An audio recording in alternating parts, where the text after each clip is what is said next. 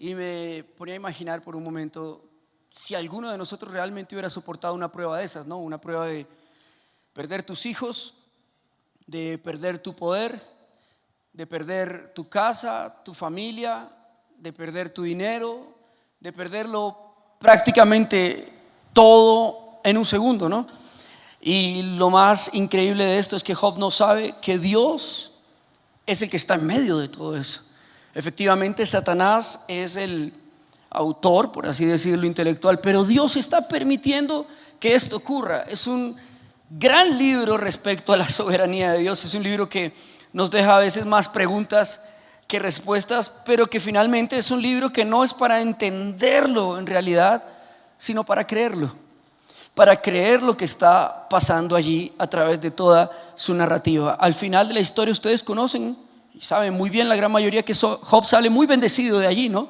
Y hace poco veía un texto en la Biblia que lo escribe justamente Job en la mitad de su Vía Crucis, porque cuando nosotros estamos atravesando la prueba, pues lo que menos queremos es que se nos diga que va a salir todo bien, que tranquilo, que yo estoy contigo, que voy a orar por ti, ¿no? Si uno tiene una prueba financiera, ¿qué es lo que está esperando que un amigo le diga? No, pues yo te voy a ayudar con 100,000, con 50,000. Lo último que uno está esperando es que un amigo del alma le diga, voy a orar por ti. Créeme que te voy a poner en mis oraciones, ¿cierto? Si uno está en una prueba en la salud, pues obviamente uno está esperando que oren por nosotros, pero lo que deberíamos nosotros hacer es, bueno, necesitas algo, que cuide algo a tus hijos, que te traiga algo, que vaya a una farmacia, que busquemos un médico. Y en esa prueba, precisamente Job pone a Job se le presentan sus tres maravillosos amigos que representan la opinión del mundo cuando nosotros estamos en medio de la prueba, y cada uno de los amigos tiene una forma de ver la prueba de Job y cada uno le da su dictamen y cada uno estropea el caminar de Job en medio de la prueba. Por eso yo no sé si a veces es mejor pasar las pruebas solo que mal acompañado, ¿no? A veces en las pruebas los amigos, los familiares, algunas personas de las que nosotros esperamos lo mejor, pues es donde muestran lo peor que tienen. Y por eso es que este libro de Job es un libro en el que nosotros aprendemos la soberanía de Dios, pero también vamos a aprender algo muy importante a través de todo el relato de Job, y es la compañía y el cuidado de Dios. Gracias a Job, la prueba no duró sino 3 meses. La prueba ahí aparece en el libro que aproximadamente fue unos 3 meses que duró, porque más tiempo creo que nadie la hubiera soportado. Y justo ahí en la mitad, que es donde me quiero detener en el mensaje, Job escribe en el capítulo 23, verso 10: mas él conoce mi camino, me probará y saldré como oro. ¿Sabes algo? Job está respondiendo acá a sus amigos. Job le está respondiendo a la situación. Job le está respondiendo a su esposa que le dijo, maldice y muérete de una vez. Job se está respondiendo a sí mismo y se está diciendo una gran verdad, amados, y es que por encima de todas las circunstancias, de todos los pronósticos, del dictamen médico, de la resolución de lo que haya pasado, hay alguien superior a nosotros que no solo está al principio, en medio de la prueba, sino que también está al final de la prueba. Hay una buena noticia en medio de todo esto, amados. Dios ya llegó al final de nuestra prueba. Dios ya llegó al apocalipsis y venció. Dios ya vio consumado todo en nuestra vida. Y eso es maravilloso entenderlo. ¿Sabes por qué? Porque de tal manera las pruebas solamente se convierten en pruebas y no en tragedias. Nosotros solemos hacer de las pruebas de Dios, aunque esta prueba es una tragedia, ¿no? Nadie le va a quitar lo trágico, pero creo que ninguno de nosotros ha pasado por una prueba como la de Job, ¿no? Y nosotros solemos hacer de las pruebas unas tragedias, unas tormentas en unos vasos de agua. Quiero decirte algo, amado: el 99% de tus preocupaciones son solo eso, ocupaciones antes de la ocupación. Es meterse en lo que Dios no te ha llamado, es preocuparse por algo que no ha ocurrido, es gastar la mente en probabilidades, en supuestos, en incertidumbres. es preocuparse. Es que la sola palabra preocuparse no tiene sentido para mí, ¿no? ¿Cómo me puedo preocupar? Yo puedo hacer la preproducción de un disco, por ejemplo. Puedo hacer la preproducción de un evento, ¿cierto? Y hago planeación y hago todo. Pero ¿cómo yo hago la preocupación de una tragedia? ¿Sí? Voy a hacer los preparativos para mi tragedia, para lo peor. Y hay gente que es así. Créanme, hay gente que siempre está preparado para el peor escenario. Aunque esto no está mal, nosotros debemos... la Biblia dice que nadie construye una casa sin antes tomar medidas y hacer cuentas y establecer si puede construirla toda, no sea que quede a la mitad y todos se burlen de él, dice Proverbios. Pero el hacer cuentas, el hacer cálculos, el mirar hacia el futuro no significa mirar el peor escenario, amados, sino significa mirar el escenario de la soberanía de Dios. Ahora, para poder balancear bien lo que es el camino de Dios, ¿correcto? Lo que es la voluntad de Dios, la providencia de Dios sobre nuestra vida, primero tendremos que balancear bien cómo estamos nosotros delante de esa providencia de Dios. Si estamos caminando finito, si estamos caminando derechito, o si tal vez el mal que me temía, como dijo Job, ese me aconteció. ¿Sí? Si tal vez nosotros estamos apartados del Señor, lejos de la voluntad de Dios, si estamos jugando con fuego, si estamos desobedeciendo al Señor, si estamos en nuestro corazón ya tomando caminos que no son los caminos del Señor, porque Job dice, Él conoce hacia dónde yo voy. Lo que yo quiero preguntarle Job es, Job, ¿estás sin dinero? ¿Estás en crisis? ¿Estás en enfermedad? ¿Estás sin hijos? ¿Estás sin casa? ¿Para dónde puede ir una persona así? ¿Cuál puede ser el camino de un hombre tirado en el muladar del pueblo, rascándose con un tiesto su espalda por una enfermedad? ¿Cuál puede ser el destino de un hombre que todas las mañanas se levantaba a poner sus sacrificios y sus oraciones por su familia y por él a Dios, y hoy ya ni siquiera tiene un animal que sacrificar? ¿Cuál puede ser el destino y el norte de un hombre que lo ha perdido todo? Sin embargo, este hombre que lo ha perdido todo sabe que todavía hay un camino, porque Dios está al principio y al final de su camino. Uno de los nombres que Jesús le reveló a Juan en Apocalipsis es: yo soy el alfa y la omega, yo soy el principio y el fin. Y esto no es simplemente poesía, esto nos habla de otro de los atributos de Dios maravillosos que cada vez que nosotros estemos pasando por dificultades tenemos que atrapar, apelar a Él, aferrarnos a Él. ¿Cuál será? La omnipresencia de Dios. Es decir, Dios es el único que puede estar en todas partes y al mismo tiempo. Dios es el único que puede conocer todas las probabilidades. ¿Recuerdan ustedes en Avengers, en Game o alguna de esas cuando... se me olvidó, es que soy malísimo para recordar películas, por eso me gusta repetirlas, porque siempre es nueva. Pero creo que el hechicero, el mago, estaba viendo cuántas probabilidades había de salir de ese destino en el cual todo se iba al chorizo. Y decía, solo hay una probabilidad entre yo no sé cuántos, 50 y tantos probabilidades o posibilidades de salir de esta. Pues quiero decirte algo, amado. Entre todo ese abanico de desastres que has hecho tú, de una deuda, de un reporte en data crédito, de un tumorcito, de una gripa, de lo que sea, entre todas esas múltiples probabilidades del desastre, hay una en la que todo va a salir bien. Y lo dice su palabra, lo dice el Señor. Romanos 8:28, para los que amamos a Dios, hay una probabilidad. Y no solo una, tal vez haya muchas, pero en ese desastre de negativismo, en ese desastre de tragedia en el que a veces nosotros nos metemos en nuestras propias ideas, tenemos que decir como Job: Dios conoce este camino. Cuando te accidentes, cuando se estrelle tu carro, tienes que pararte y decirle a la situación: Dios conoce este camino. Esto Dios lo vio. A mí me tomó por sorpresa, yo no lo vi venir, pero a Dios no lo tomó por sorpresa. Dios conoce este camino. Cuando venga un diagnóstico médico negativo, tienes que decirle: Dios conoce este camino.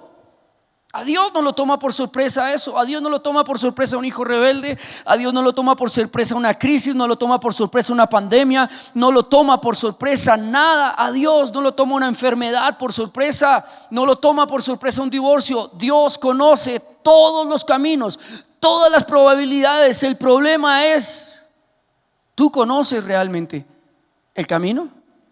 Porque Jesús se le presentó a los fariseos de una manera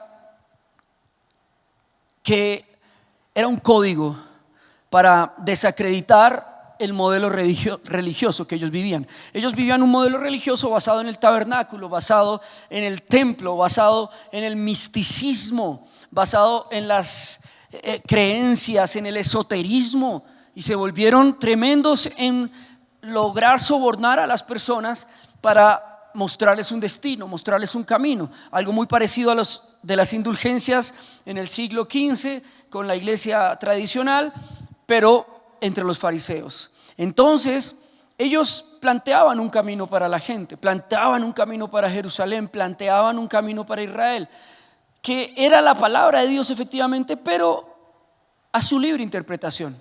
Es decir, tomaban un verso, tomaban un texto y lo sacaban de la promesa del Mesías, lo sacaban del contexto. Habían libros que a ellos no les gustaba leer, capítulos o rubros como el de Isaías 54, los salmos mesiánicos, todo lo que hablara de un Mesías, ellos no lo leían. ¿Por qué? Uno, porque tenían una posición cómoda con Roma. Estaban sí bajo cautividad, estaban sí bajo una posición, pero eran libres en medio de todo. Dígame usted, un pueblo que lleva 800 años en prisiones, en cautiverios, bajo reyes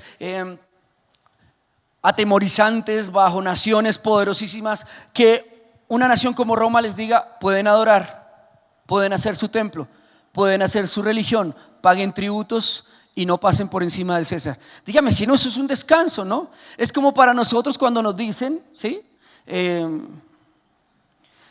Le voy a subir a todo, a la gasolina, a los alimentos, a todas las cosas, pero tranquilo, te voy a dejar Netflix, ¿sí?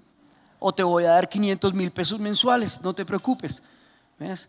Eso es el alivio de un bobo. Realmente ellos estaban en cautiverio, realmente Roma tenía el poder de destruirlos en cualquier momento y hacer lo que quisieran. De hecho, cuando el pueblo entraba en sedición, Roma atravesaba los que estaban en sedición en Jerusalén y los mataba a todos, los desaparecían y los ponían, los exhibían públicamente, los crucificaban, los decapitaban, para que los judíos se dieran cuenta: Roma en medio de todo tiene el poder. Pero estos fariseos, como les costaba realmente salir y dejar su posición, empezaron a adaptar la palabra. Y esta palabra de cuando Jesús les dice: yo soy el camino, la verdad y la vida, les está diciendo: yo soy todo su sistema religioso, político, esotérico y místico. Yo soy el camino de la humanidad, soy el camino de ustedes, soy el camino de los gentiles, soy el camino de Israel, soy el camino de Roma, soy el camino de todo el mundo. Entonces,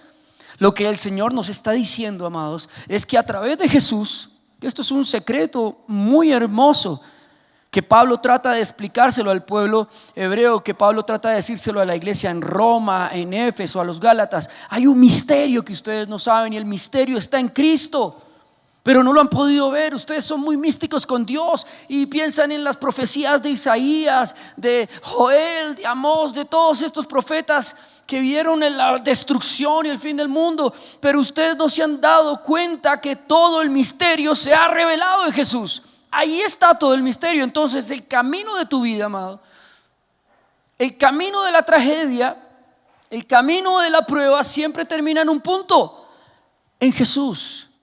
En Jesús.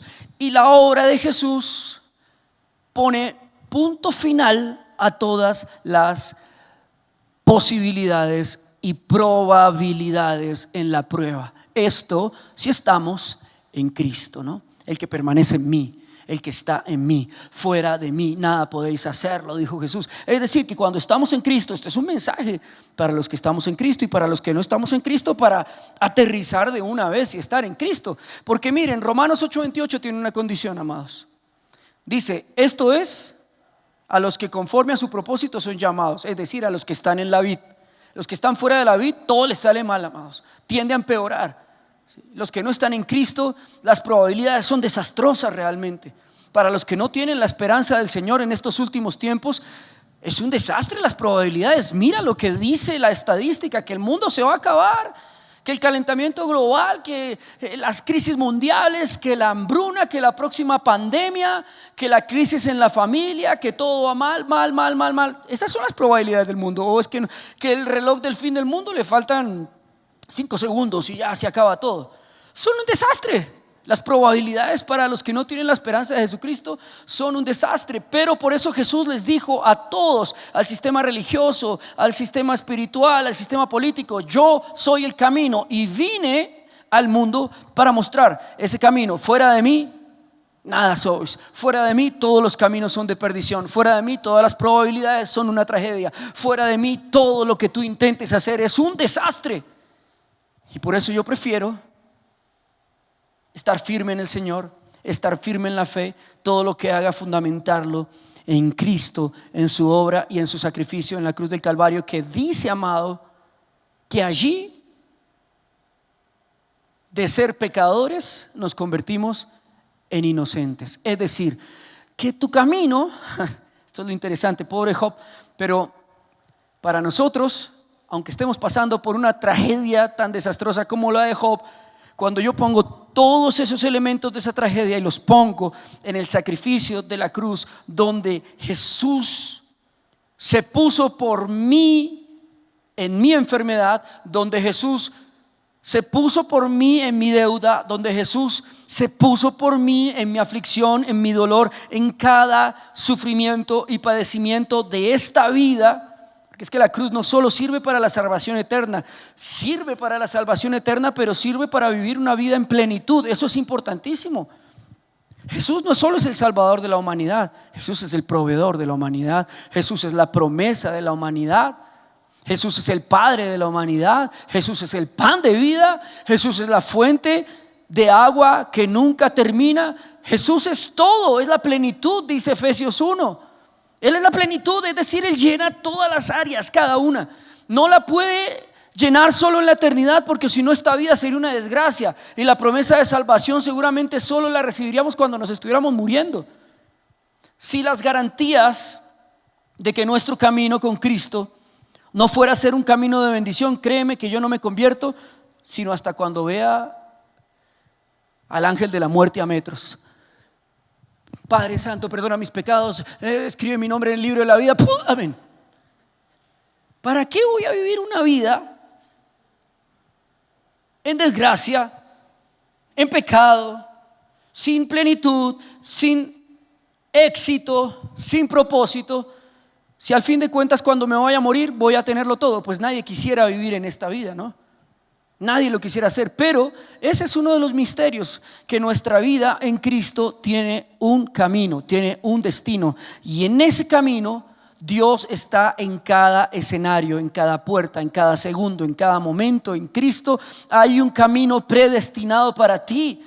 Por eso la palabra amartios del griego pecado, la palabra pecado en el griego amartios quiere decir salirse del camino. Cuando Pablo habló de pecado, Pablo no habló solamente de pecado es ofender a un hermano, pecado es fornicar, pecado es adulterar, pecado es mentir, pecado es robar. No solamente se refería a eso. Pablo estaba yendo, y la teología del pecado, la doctrina del pecado es mucho más profunda. Fíjese que Adán y Eva pecaron de una forma que usted no se ha dado cuenta, y es salirse del camino. Cuando Dios le pregunta a Eva que por qué cayó en todo esto en Génesis 2, Eva le responde: es que camino hacia allá donde estaba el árbol que tú nos prohibiste, vino una serpiente y me tentó. O sea que tú ya conocías ese camino. Lo interesante del pecado de Eva es que fue premeditado. No fue que apareció una serpiente y aparecí yo una mañana en el árbol del conocimiento del bien y el mal. No, Eva había conocido el camino, lo había investigado, la serpiente le había hablado, tal vez un día decidió ir y dijo: no, mejor no, mañana, esperemos a ver si pasa algo.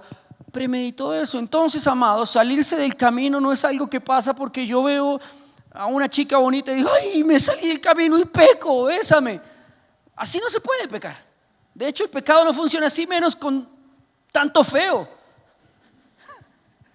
Nadie le pasa eso. Si no me pasa a mí, imagínense. Entonces, la palabra amartios, que significa salirse del camino, está hablando salirnos del camino que Dios ha premeditado en Cristo para nosotros. Si ustedes hacen mis obras, dijo Jesús, ¿sí?, todo lo que le pidan a mi Padre, Él se los concederá. Entonces, salirnos del camino no es simplemente mentir, robar, decir una tontería, airarnos. Salirnos del camino es una línea que paulatinamente se va desviando hasta que estamos completamente fuera del plan de Dios, fuera de la iglesia, no oramos, fuera de las convicciones, no venimos al servicio, ya no creemos, estamos perdiendo la fe, volvimos a leer el horóscopo, volvimos a llamar al ex, nos tomamos ya no una cervecita sino de pronto 3, ya no la pasamos más viendo películas y cuando menos pensamos estamos totalmente fuera del camino. De hecho, es tan importante esta palabra del camino, amados, que la iglesia del primer siglo se llamaban los del camino. Imagínense eso. La iglesia del primer siglo, los romanos y los judíos le decían la secta del camino. ¿Por qué? Porque ellos entendían lo que Jesús les dijo cuando les dijo: yo soy el camino. Síganme, sigan mis pisadas, sigan mis enseñanzas, síganme lo que yo les hablo, sigan lo que yo digo y nunca se perderán. Cuando se aparten de eso, pecan. Y entonces lo que estamos hablando aquí es que a pesar de todo, Job, el pobre Job, sabía que no se había salido del camino, que esa prueba, que esa dificultad, que eso que le estaba ocurriendo estaba dentro del camino y el plan de Dios. ¿Cuántos de nosotros podemos realmente decir esto que hoy me está ocurriendo está dentro del plan de Dios? Eso tenemos que empezarlo a creer, a vivir, porque ustedes están en Cristo, amados, amén. Si es que alguno está en Cristo, si no están en Cristo, estamos en llamas. Pero si estoy en Cristo, ¿estoy en qué? En el camino, claro, con errores, claro, con pruebas, pero le aseguro que aquí ninguno mañana se va a ir a una secta satánica a mandarle un sacrificio a Baphomet, ¿o sí? Creo que no, ¿cierto? ¿O hay alguien que tenga eso en su corazón? De una vez para exorcizarlo. Creo que ninguno va a salir mañana corriendo a hacer tonterías para salirse del camino. Creo que todos nosotros de una u otra manera tenemos el temor de Dios que nos mantiene, así sea fluctuando, así sea en curvas dentro del camino. Y gloria a Dios por eso, porque ¿sabes qué pasa? Que Job entendió eso. Él en el camino me probará. El Señor conoce este camino por el de donde estoy transitando y sabe que aquí vendrá una prueba. Quiero decirte algo, amado. Las pruebas en Cristo no son accidentes, no son equivocaciones, no son sorpresas, no son diosidencias o que Satanás sencillamente tomó cartas en el asunto y decidió hacerlo. Las pruebas, cuando estamos en el Señor, todas tienen un propósito, un plan, un diseño, una razón por la cual vino. Todas. Y tú dirás: no creo que mi esposo me haya sido infiel tenga una razón de ser. Sí la tiene. Sí la tiene. No creo que esta quiebra, que esta crisis en la que estoy viviendo tenga una razón de ser. Sí la tiene. Sí la tiene. No creo que esta enfermedad tenga una razón de ser, un propósito en Cristo. Sí lo tiene. Sí lo tiene.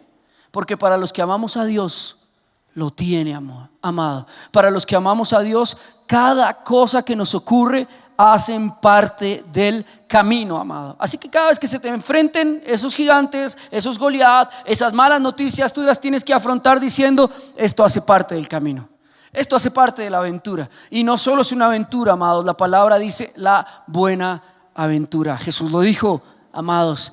El sermón de las bienaventuranzas dice: bienaventurados los que lloran, porque ellos recibirán consuelo. Bienaventurados los pobres en espíritu, porque de ellos es el reino de los cielos. Dios está dándole, Jesús está dándole bienaventuranzas a todos los pobres.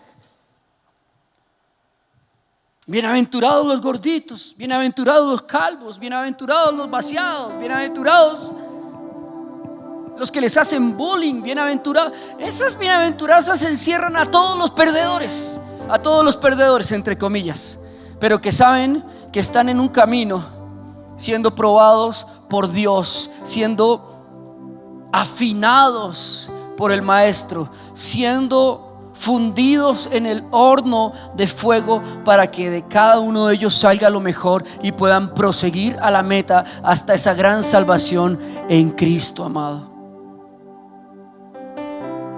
De cada cosa y cada desafío y cada horno de aflicción en el que Dios nos mete, salimos mucho mejor en Cristo, amados, en Cristo. Por eso lo importante hoy, más allá de revisar la prueba, porque hay pruebas que no tienen sentido, te lo aseguro.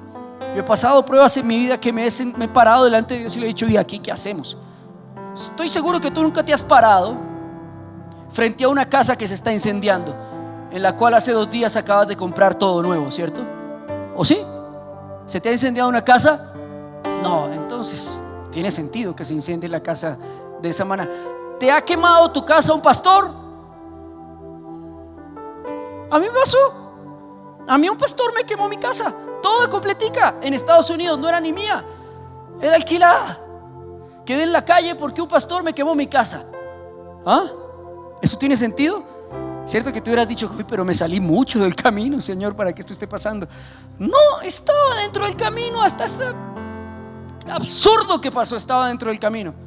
Estaba dentro del plan de Dios. Había un propósito, había un objetivo. Y créeme que el hombre que vio incendiarse su casa no es el mismo hombre que está aquí. Te lo aseguro que después de eso salí mucho más cristiano, mucho más hijo, con mucha más fe, con mucha más humildad.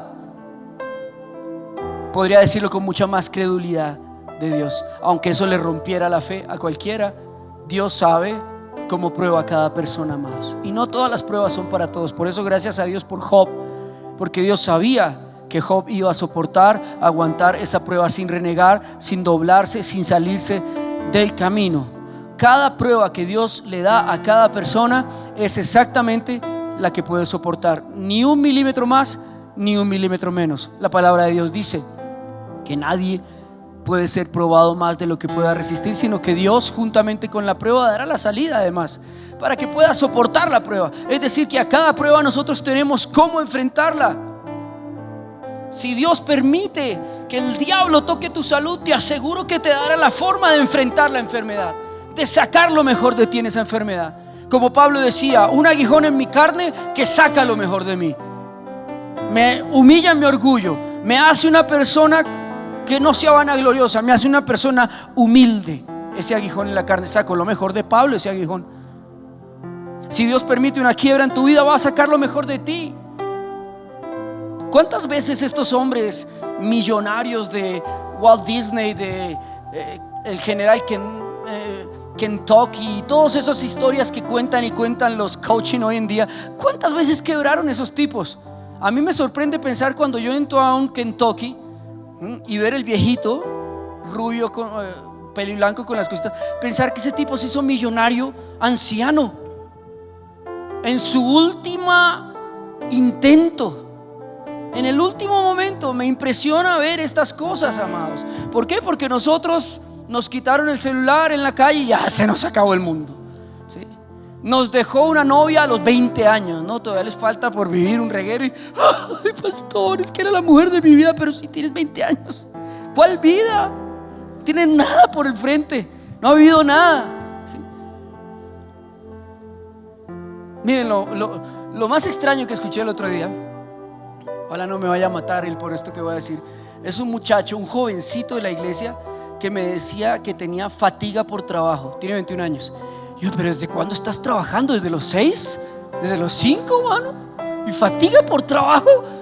Wow, cualquiera pensaría que es, no sé. Imagínate cómo hoy nosotros maximizamos cosas que realmente están dentro del camino. Son esos obstáculos que tenemos que pasar por encima. Y yo le dije a él: no, mira, eso no es fatiga, ¿sí? Eso se llama que estás trasnochando, haciendo cosas que no debes, estás comiendo mal, estás durmiendo mal. Y así, ¿quién va a llegar al trabajo con ánimo? Nadie. Duerma bien, levántese, disciplínese, vaya a un gimnasio, deje de estar hasta las 3 de la mañana jugando PlayStation o qué sé yo, y se le quita su fatiga por trabajo, ¿sí? Y va a ir feliz a trabajar los 3, 4, 5 años que tiene de juventud, y cuando tenga 26, 27 tiene lo que yo no tenía a los 26, 27: plata. Y con plata a los 26 y 27 ya se puede hacer una vida, se puede construir algo. Antes no, ¿ves? Antes, ¿qué tengo que hacer? Pruebas, superarlas. Pruebas, superarlas. Afinarme, afinarme, afinarme. Que Dios me pruebe. Dejar que la mano de Dios esté sobre mí. Es que la mano de Dios no está debajo de mí solamente. La Biblia dice en Joel: el Señor tiene su mano sobre mí. Eso es diferente, ¿sabías? Eso significa que la mano de Dios está sobre mí. Está vigilando lo que pasa, está vigilando mis movimientos, está vigilando mis pensamientos, está vigilando lo profundo de mi corazón, y sabe cómo probarme para afinarme y que al final yo salga puro como el oro. ¿Sabes qué es el significado de esto, amado? Y de estas pruebas, que al final de esto nosotros vamos a ser valiosos de verdad. En los últimos años de esta pre-gran tribulación que estamos viviendo en los últimos tiempos, el único activo valioso en el mundo va a ser el oro, que ha sido el mismo valioso activo desde la antigüedad. Eso no es una sorpresa, ¿sí? Cuando ya el papel moneda se vaya, cuando nos hagan consumir a todos dinero electrónico, cuando todo eso esté gobernado, eso está profetizado en la Biblia. Eso no es nuevo, ¿no? Un nuevo orden mundial está en la Biblia, y eso va a pasar. Cuando todo eso esté pasando, el único activo va a ser el oro. ¿Sabías eso? Que siempre lo es, y en el marco de la gran tribulación se sigue viendo que el oro sigue siendo el activo más preciado.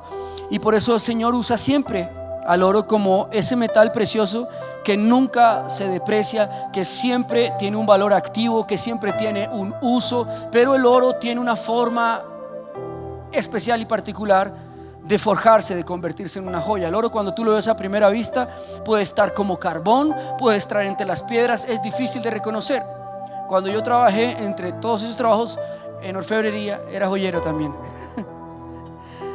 Duró muy poco mi carrera en la joyería, como 3 meses nada más. Fue mi hermano el que se inclinó por ahí, pero aprendí cómo funcionaba todo esto, y me daba cuenta cómo cogían las pepitas que no tenían ningún parecer. Algunas eran carbón literal, y las ponían a fundir en el soplete, y empezaban a saltarle hojarascas así.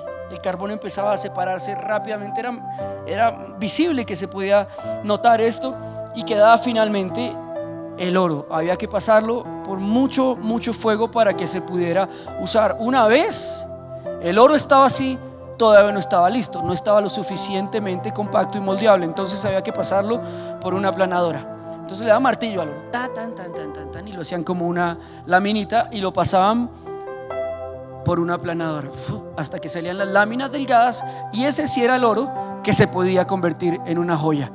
Y así ha sido con el oro desde la antigüedad. Entonces puedes imaginarte, dentro del camino de Dios, ¿cuál es el plan de Él? Quitarte las hojarascas, pasarte por el horno. Sí, arde, duele, quema, pero seguirás intacto. El oro no se pierde. Lo que Dios invirtió en ti no se va a perder. Lo bueno de tu diseño no se va a perder. Se va a perder la hojarasca, se va a perder lo que sobra. El fuego hace que se rompan las ataduras.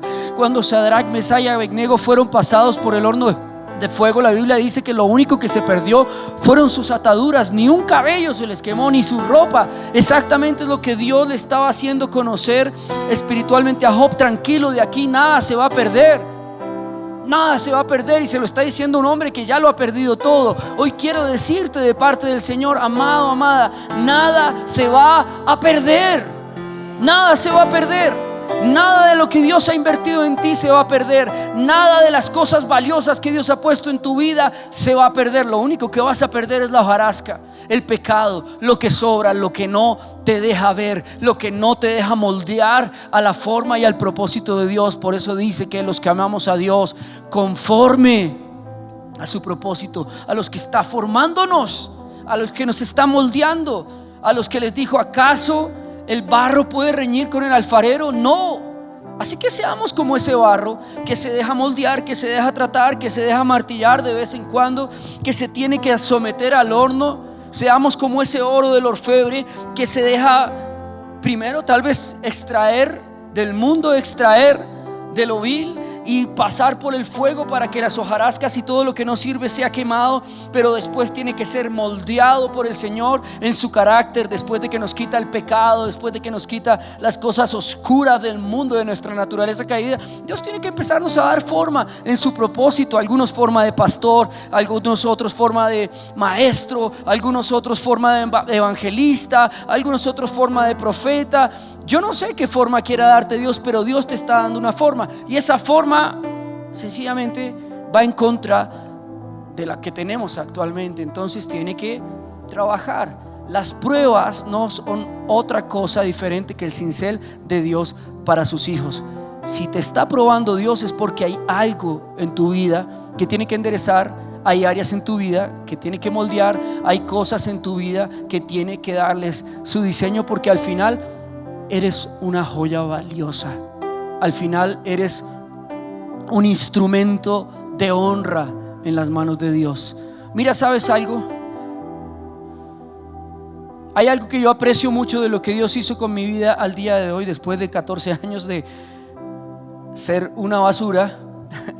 Y es que me dejó el testimonio para contarlo. Dios me dejó unas historias que yo digo: Señor, gracias por todo lo que atravesé, porque tengo muchas historias que contar, muchos testimonios que hablar, porque de otra forma mi vida no sería interesante. Porque antes yo recuerdo cuando tocaba en los bares, cuando me emborrachaba, cuando vivía la vida que yo pensaba que era mi destino, pensaba que era mi propósito, realmente no había ningún valor.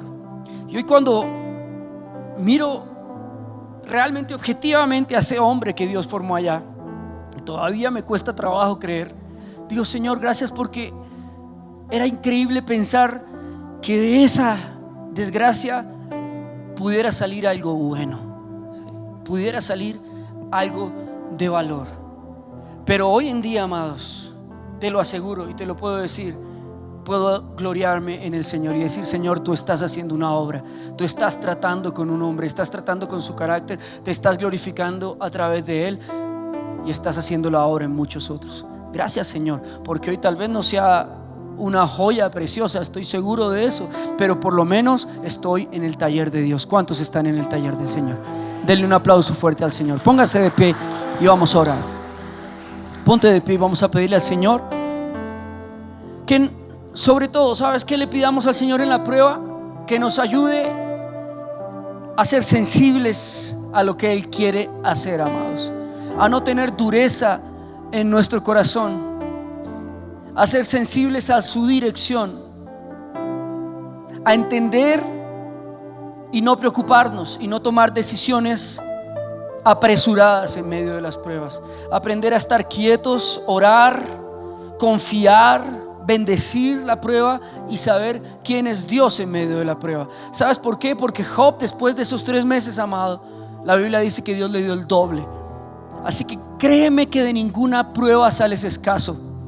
De ninguna prueba sales pobre, de ninguna prueba sales ignorante, de ninguna prueba sales fracasado. De todas las pruebas que son puestas por Dios, mínimo sales con el doble que salió Job. Amén. Con el doble. Sus hijos se los devolvió, su casa se la multiplicó, su ganado se lo multiplicó, todo se lo multiplicó al doble, amados. Así que la prueba, la forma de asumirla y enfrentarla en Cristo es: Señor, ¿me quieres dar más? Si Dios te quita algo, es porque te quiere dar el doble de ese algo, amados. Entiéndelo. Si Dios te quita una mala relación, es porque te quiere dar una excelente relación. Si Dios te aparta y te saca de un mal negocio, es porque está a punto de darte uno muy bueno. Entonces no pelees tanto contra el camino del Señor, no pelees tanto contra su voluntad, y más bien dile: Señor, ¿qué me quieres enseñar de esta prueba? ¿Qué me quieres enseñar? Aunque sea difícil, aunque sea una enfermedad, aunque sea un divorcio, aunque sea una traición, ¿qué tengo que aprender de esta parte del camino? Porque definitivamente, Señor, estás puliendo y estás formando mi vida. Y vas a ser como oro, amado. De aquí no vas a salir hojarasca, de aquí no me van a salir golfi, ¿sí?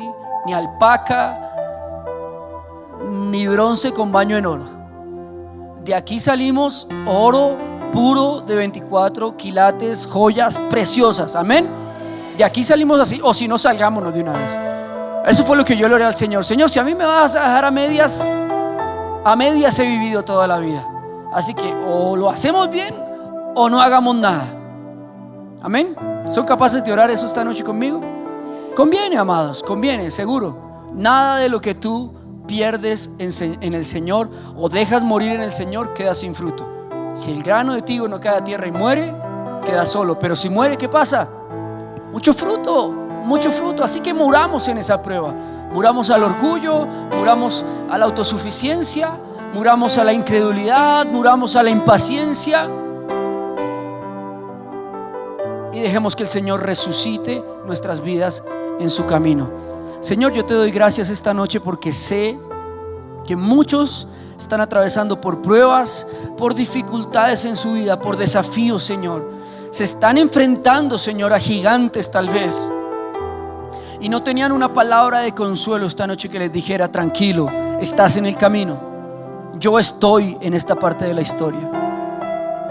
Y hoy tú nos dices a nosotros, Señor, en esta parte de nuestra historia, en esta parte de la dificultad, de la debilidad, de la incertidumbre, nos dices: tranquilo, yo estoy contigo.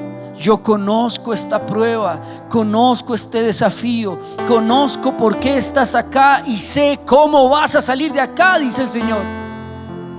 Sé que no vas a salir el mismo, sé que no vas a perder, sino vas a ganar, que esas semillas tal vez de obediencia, de paciencia, de resiliencia, de sufrimiento que estás sembrando hoy van a dar un fruto abundante, dice el Señor. Pero no te quites del camino, no te quites del buril del Señor, no te salgas del horno sin que haya terminado lo que estoy haciendo contigo. No que te quites de la rueda del alfarero hasta que termine lo que estoy haciendo contigo, porque el que comenzó la buena obra, amado, la perfeccionará, la terminará, y no vas a quedar incompleto. Y quiero decirte de parte del Señor: no va a quedar incompleta tu historia, no va a quedar a medias y no va a quedar imperfecta. Si Dios se empecinó contigo en hacer una joya preciosa, va a hacer una joya preciosa, amado. Y vas a contar tus historias después, tus testimonios después, y muchos van a ver cómo Dios te hace brillar a través de todo el pasado que ha pulido y ha sacado brillo de tu vida. Así que no te rindas, amado, no te quites del camino, no desistas, no dejes de orar, no dejes de bendecir, no dejes de dar, no dejes de abrazar, de bendecir, de sonreír, de gozarte, porque esta prueba tiene un destino, tiene un final, y Dios lo conoce. Mas Él conoce mi camino, dice el Señor, y me ha probado, porque saldré como el oro. Señor, yo te pido en el nombre de Jesús que le des a tu iglesia, a tus hijos, Señor, esa fortaleza espiritual y esa convicción, esa fe de aprender a soportar estas pruebas temporales, Señor. Cada prueba es temporal, Señor. Te pido que les ayudes a sacar lo mejor de cada prueba, de cada desafío, Señor. Si son malos administradores y por eso han sido probados en sus finanzas, Dios, dales el querer como el hacer administrar bien tu riqueza, Señor. La provisión que tú les das, Señor. Si están en una enfermedad, por una situación que tal vez no entiendan, Señor, enséñales a buscarte en medio de la enfermedad y sacar fuerza de la debilidad. Enséñales la fuerza tuya, Señor. Si están pasando por una crisis en su matrimonio, Señor, enséñales el amor ágape, Padre Santo. Fórjalos en un ágape matrimonial en el cual ellos entiendan, Padre Santo, lo que tú hiciste por tu iglesia en la cruz del Calvario, Señor. Pero no nos dejes, Señor, como entramos a esta prueba, que salgamos como el oro, Señor. Si nos vas a meter en la prueba, Señor, acompáñanos y sácanos con el doble de ella, Señor. Con el doble de experiencia, de riqueza, de santidad, de pureza, de conocimiento, de sabiduría y de tu unción, Señor, en el nombre de Jesús. Levanta tus manos al cielo, amado, y vamos a darle gracias al Señor por el camino. Dile: gracias, Señor, por el camino que escogiste para mí, porque es mejor que mi camino. Bendigo las pruebas de mi camino, Señor. Bendigo las pruebas de este momento y las que vendrán, Señor. Las bendigo porque en fe declaro que para los que amamos a Dios, todas las pruebas obran para bien. Y esta no será la excepción, Señor. Esta prueba también obrará para bien en mi vida, Señor. Esta prueba también formará mi vida. Así que yo recibo esa bendición, Señor, de ser uno más del camino, uno más de los de tu camino, Señor. Lo acepto, lo bendigo, Señor, y gracias porque tú todavía estás en medio de mi camino en Cristo Jesús, Señor. Te doy las gracias esta noche y bendigo mi camino. Vamos, bendice ahí con tu voz. Dilo: bendigo mi camino, bendigo el camino por el que tú me estás guiando, Señor, en Cristo Jesús. Amén y amén. Dale un fuerte aplauso al Rey. Gloria al Señor. Bendiga su camino. Bendiga.